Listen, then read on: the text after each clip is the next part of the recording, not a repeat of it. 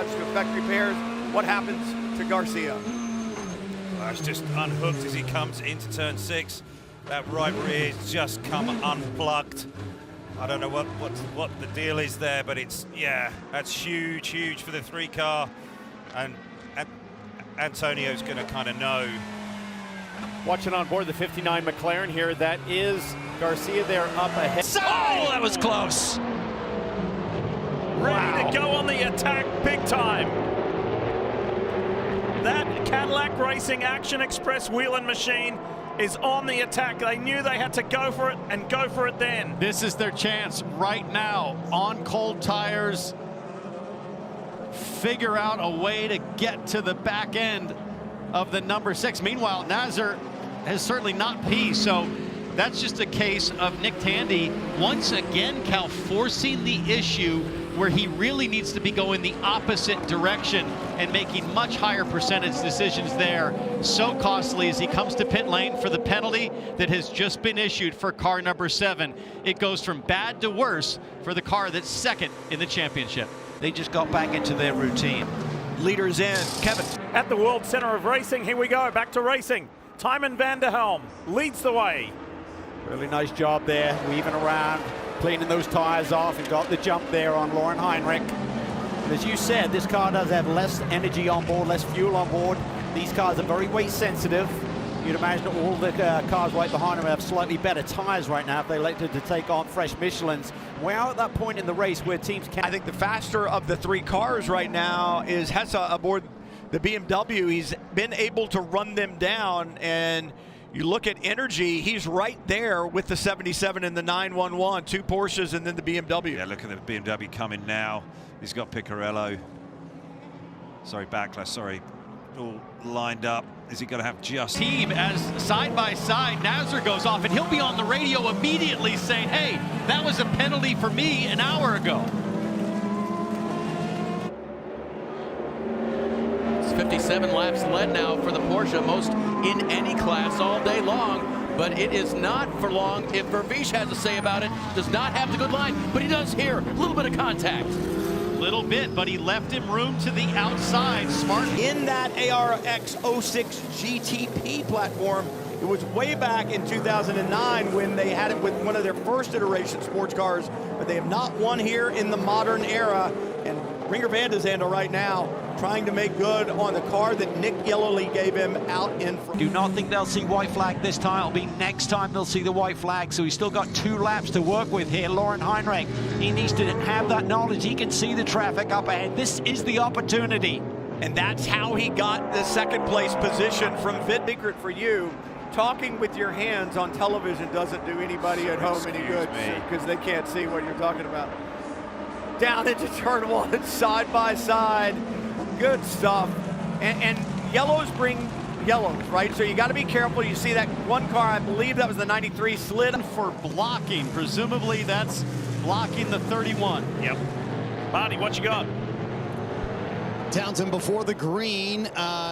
Travis Law told Felipe Nasr, same program as before. Once we gap the field, give the lead back to the 6. So team order is still in place here. But I think an important point, there is still another stop. We'll have the outside line going in. Now he's got the preferred line. Can he make it stick? So dicey here on cold tires with GTP. It's Tandy to the inside of turn 4. But he has to leave room. Will he leave room? He does. Ota gets the position. Super slow on the restart. Could barely get going out of turn 10, and the number 60 of Scott Dixon jumped all over the opportunity. On board here with the Aston.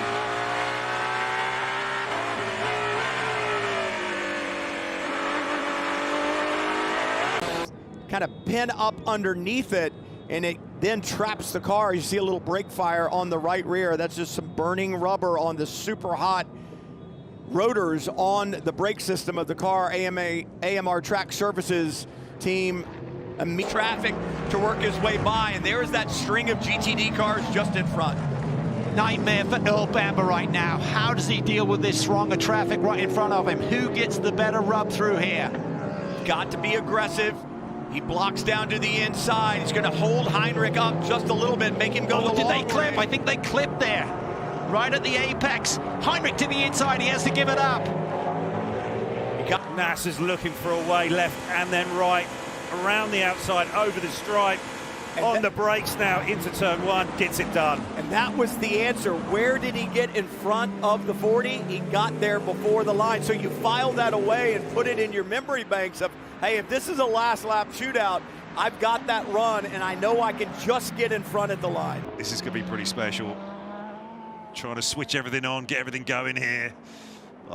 And watch this, the GTD car, that's the 77 right there. Look at how quick the GTD Pro car is for these GTP cars on those fresh Michelin tires.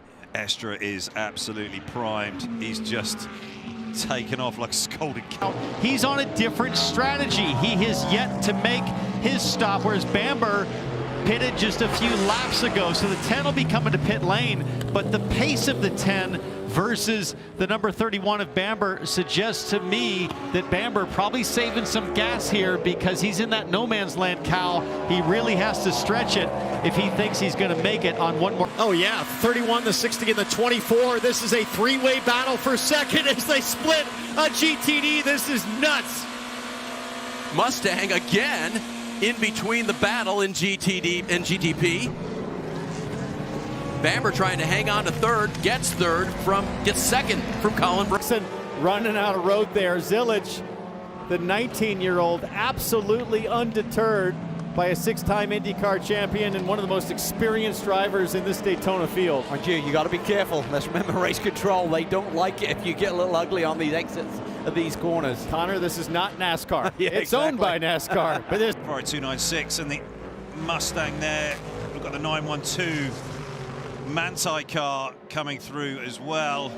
It's a battle for second and third in GTD. Yeah. Costa aboard the 34 Ferrari. It's going to get tasty coming down here into turn 1. Oh. Pera's gone deep. Costa is trying to come back up the inside, but that's a nice move. Things have been called today. Yeah. For the 7. What have they had? 2 penalties already?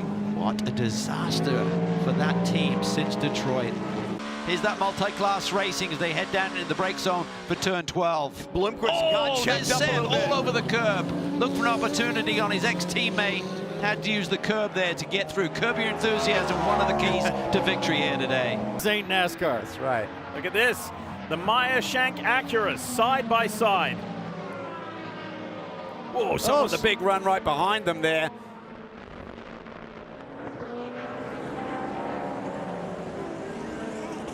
What's that with the momentum? That's not the car, that's still the 60 of Scott Dixon.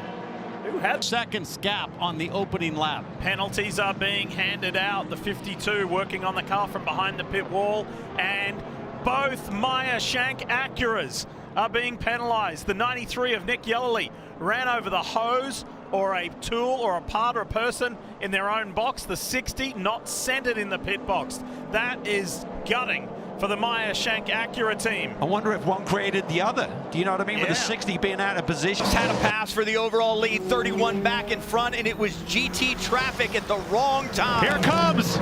Albuquerque responds. I tell you what, these cars are so weight sensitive. Bamber's got a lot more fuel on board. Even though the tires are a little bit later in life on Albuquerque, the energy level of fuel level really plays into this, Townsend, in terms of a lighter weight car performing better. It really does, but I almost think here that the... Oh, yeah. There we go, and there's your tires. There you go, yeah. CSI investigation was correct before we had the replay.